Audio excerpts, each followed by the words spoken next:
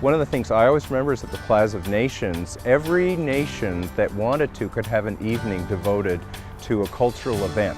I can remember the British, the Americans, France putting on just incredible shows, and it's just amazing. After the fair, I found that people knew where Vancouver was a lot more than they did prior to Expo 86. And then, of course, it gave us a big boost in the tourist business. It was also, in a sense, a catalytic event that some opposed, and yet I would argue ultimately transformed the province.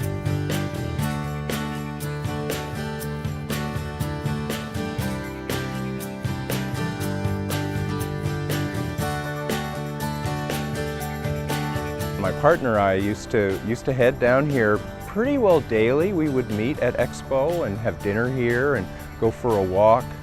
Expo was one of the highlights of my entire life. This would have actually been tidal flats before the railway arrived, but then the CPR decided in 1887 they wanted to create their rail yards here, so they started filling in False Creek. Then, in the 1970s, the provincial government approached Canadian Pacific Railways and said, well, now that you're moving your railway yard out to the suburbs, what we'd like to do is purchase the land and put a World's Fair here. So it's gone through a lot of transformations in about 120 years. Expo ran from about Granville Bridge all the way over to almost Pender Street. And over to Quebec, and it actually rounded the bay, and where you see the old Science World deck, you had a pavilion there just around the corner.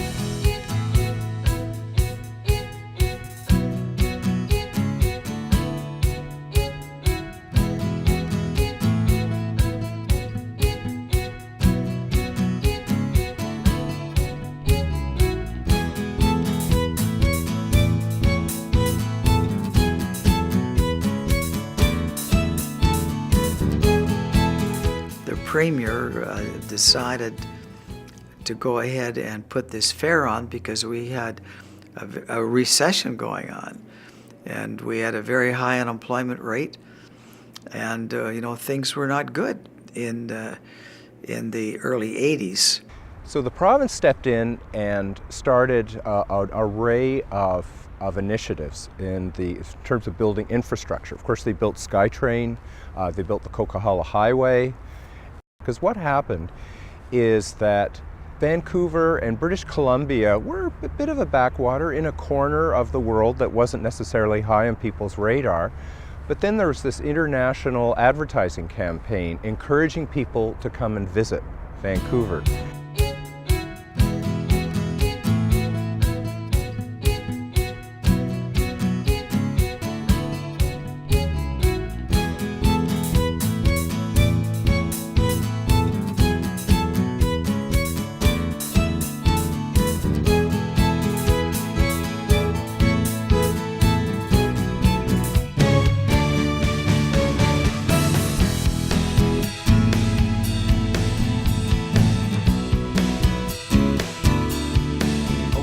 Fair has a very high educational component to it. But having said all that, it's important to make it fun doing that. And I think that's one of the things that we did accomplish at Expo 86 was that we wound up having a fun event. At the same time, you taught people had the ability to learn as well. The provincial government took the leadership to purchase the site and then sold it off all in one piece.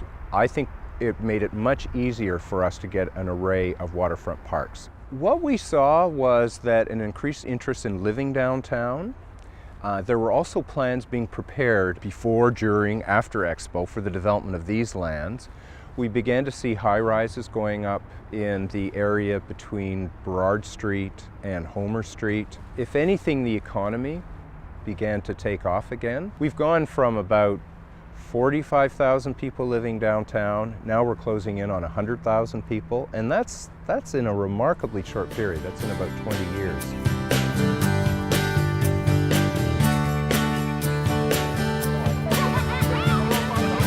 one of the big things that we got out of Expo 86 was a sense of pride, and the people took ownership of the fair, and it turned out, by and large, people liked it. It was a very exciting time to be in Vancouver. We really felt, wow, we've gone from being kind of a bit of a quiet backwater here to a city that's got a real buzz. Expo came along and we felt good about ourselves again.